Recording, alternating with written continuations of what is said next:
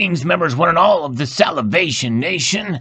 The precious metal markets are on a tear for 2020, beginning the year. In fact, gold is finishing its highest since late September, and all precious metals are up. We'll explore those and find out some of the reasons why, because everything is up. We've got the stock market up as well. Gold prices rose for a 7th straight session on Thursday to finish at their highest in more than 3 months, unfazed by strength in the U.S. stock market and the dollar after the precious metal scored its biggest one-year advance since 2010. You can't count out gold with higher stocks and a firm dollar as a global slowdown is moving central banks towards accommodative monetary policy, said George Gero, managing director of RBC Wealth Management, in a daily update. On Wednesday, the People's Bank of China said it would reduce the portion of deposits commercial banks are required to set aside as reserves, releasing billions of dollars to the financial system to help boost economic growth.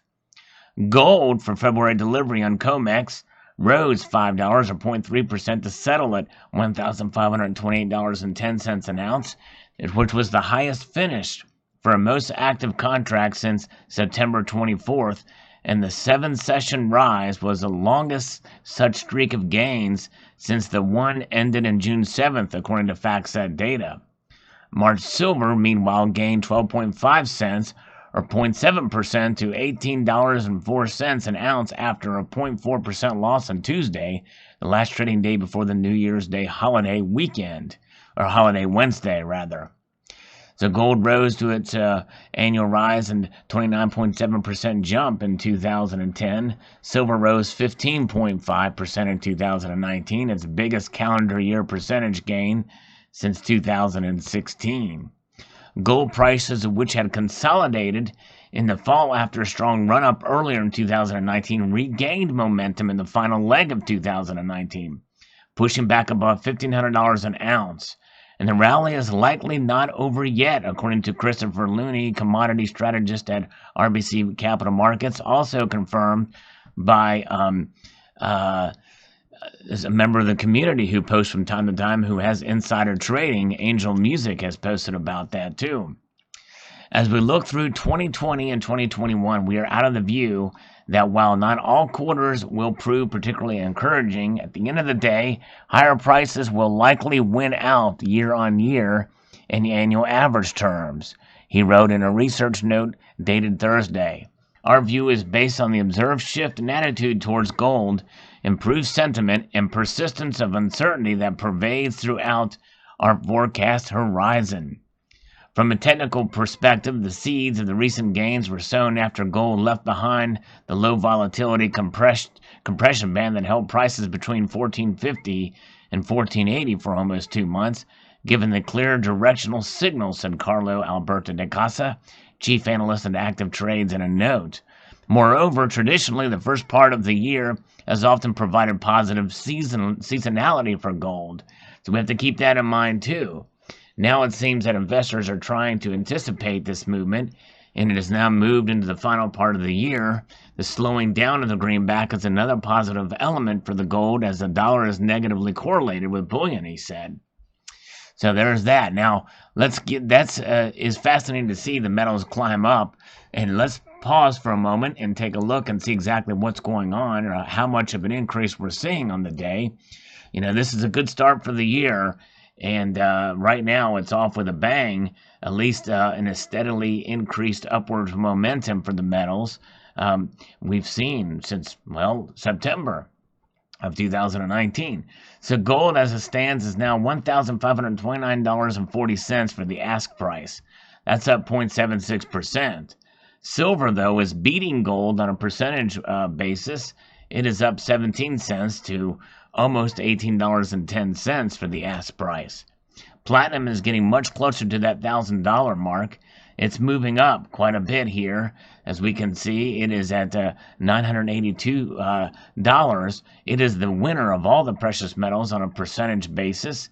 And the palladium is getting closer to that $2,000 level, but doesn't quite get there. It's up $18 or a 0.94% increase. However, rhodium did break the $6,000 mark on the ask price. Amazing to see it. It typically does move up in $50 or $30 implements one way or the other. So there that is.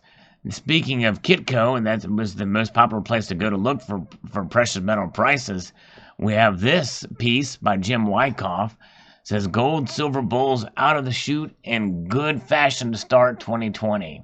So gold and silver prices are modestly higher at midday U.S. futures trading Thursday, with gold hitting a new 3-month high.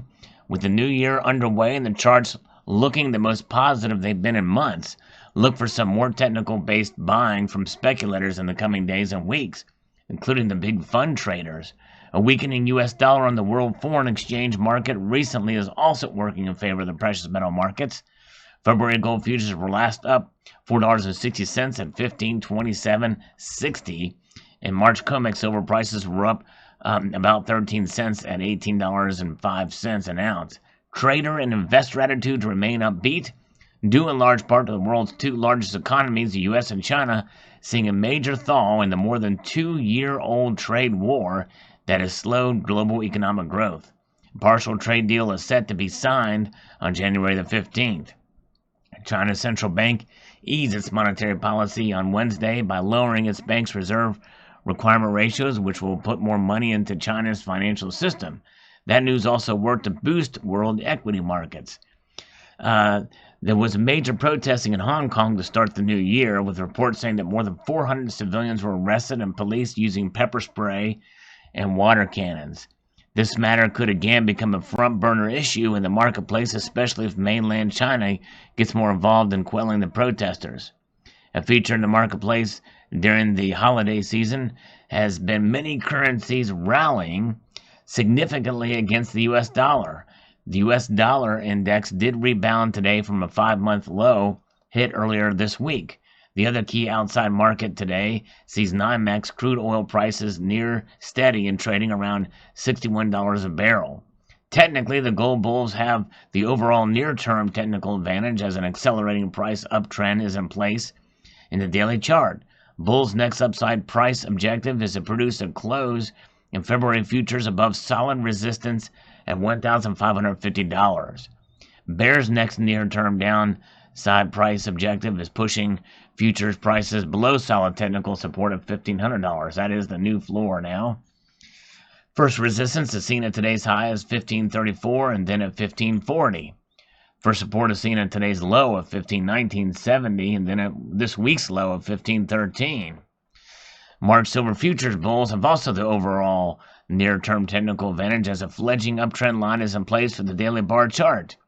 Silver bulls' next upside price breakout objective is closing prices above solid technical resistance at $18.50 an ounce. The next downside price breakout objective for the bears is closing prices below solid support at $17.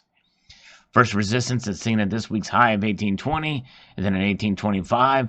Next support at this week's low is at $17.83 and then $17.50.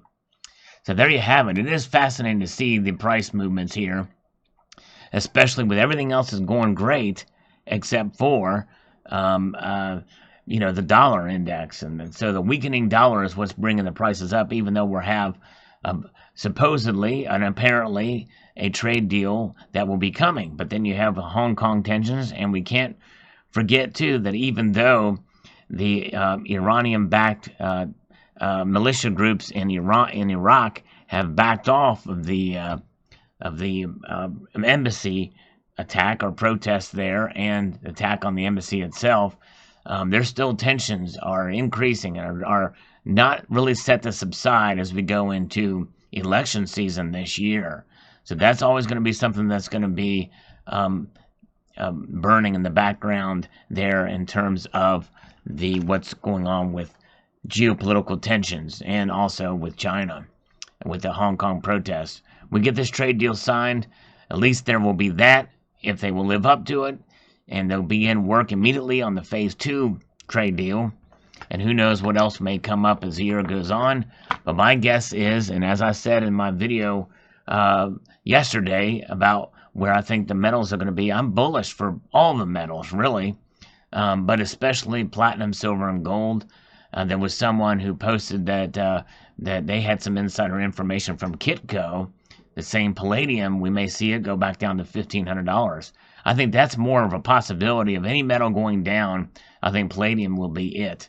But gold, silver, and will be going up, I believe, and that's because of the tensions. And there's going to be much more things that will work in the favor of them increasing than decreasing, in my view. I mean, good grief. We have a date set for the signing of this trade deal, and the metals, they kept going up. Why? Because, like me, most people were skeptical about that trade deal. But I even think that after it gets signed, at this point, I'm not so sure that those metals will go down. Now, make no mistake, I hope they do. As a buyer, the selfish part of me wants them to go down, but of course, the timing would not be very good because I really can't get any precious metals right now. I'm trying to save up for other obligations, and some of them for this channel. But nonetheless, it is something that we'll have to wait and see what happens. And but I think this should encourage all of us that these precious metals are doing exactly what they're supposed to do in times like this.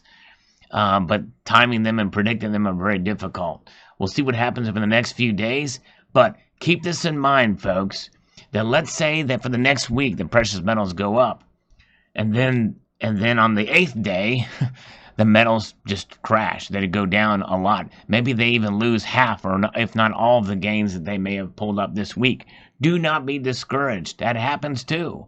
The metals will go up. The metals will go down.